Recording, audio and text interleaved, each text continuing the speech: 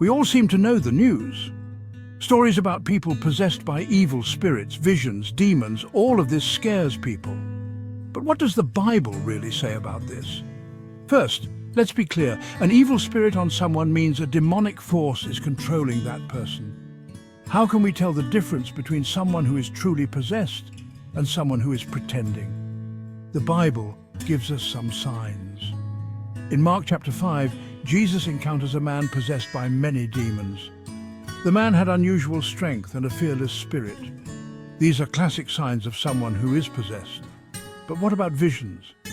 Some people might think they are messages from God. The Bible speaks of visions God gave to people, like in the book of Daniel. But it also warns us that not all visions are from God. In 1 John 4, it tells us to test the spirits to see if they are from God. So, is it possible for someone to be possessed and think they are having visions? It's possible, but it's important to know right from wrong and to pray. Remember, the Bible tells us to seek wisdom and guidance from God. Let me explain what schizophrenia is. This word comes from the Greek word schizo, which means divided, and phren, which means mind. Now let's think about how we can see the difference between this mental illness and someone who is possessed, because the signs can be very similar. Schizophrenia is a word a brilliant psychiatrist from Switzerland, Yahushua Bleuler, introduced almost 100 years ago. He was born on April 30th, 1857, and died on July 15th, 1939. At the beginning of the 20th century, this doctor did a lot of research on different types of mental illnesses. Before his research, they used to call everyone who had these signs precocious dementia. This doctor discovered that schizophrenia is a long-lasting mental illness that affects the way a person thinks, reacts, sees, feels, and makes them see things that aren't real. The signs can vary greatly, but with medical treatment, pills, and therapy, a person can live an almost normal life, function well, and be productive. There are main signs and secondary signs. Let me explain the main signs. Schizophrenia makes people unable to think clearly. They have trouble using logic or connecting their ideas in a logical way. They also don't show their feelings, and when they do, it's not at the right time. Many of them deal with autism. They take refuge in an imaginary world mixed with reality. They live in another world. They have feelings and thoughts that are contrary to reality. They don't see things as they are. These people may behave strangely in church. They may constantly see demons that aren't there. Some believe they are seeing angels coming down from heaven to bring them messages.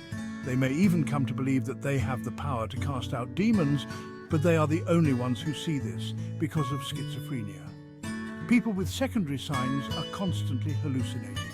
They have perceptions without any external stimulation. They hear voices and they believe it is God talking to them.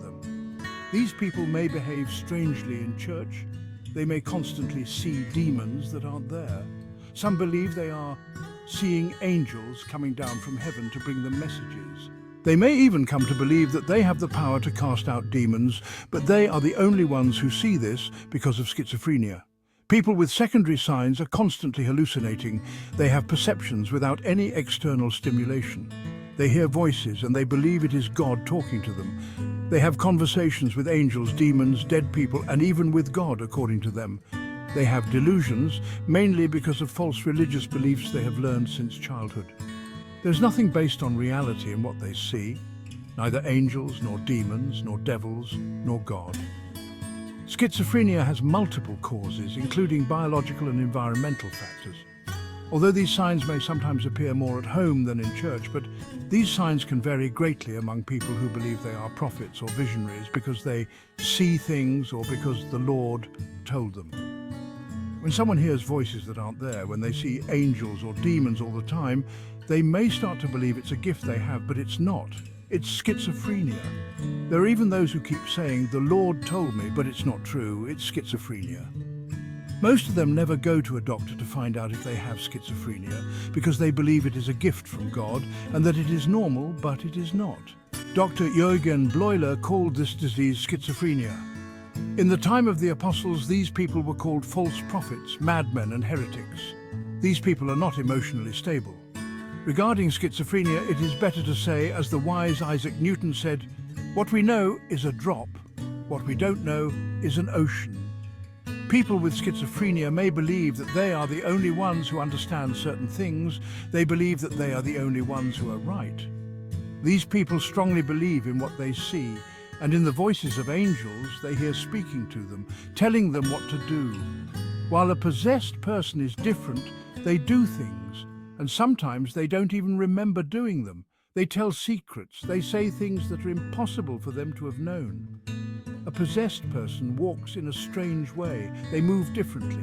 They don't look people in the eye. They hit their head as if they want to break their neck. They speak in tongues to try to convince you that what they are saying is true. They throw themselves on the ground. They make strange movements. They can even break 3 chairs. But this is not worship, it is mockery. All these things are part of the deception. They dance in a strange way. And people believe that the Spirit of God is upon them, but it is not. They are mocking the presence of God when they make people do these things, when they make them hit their heads.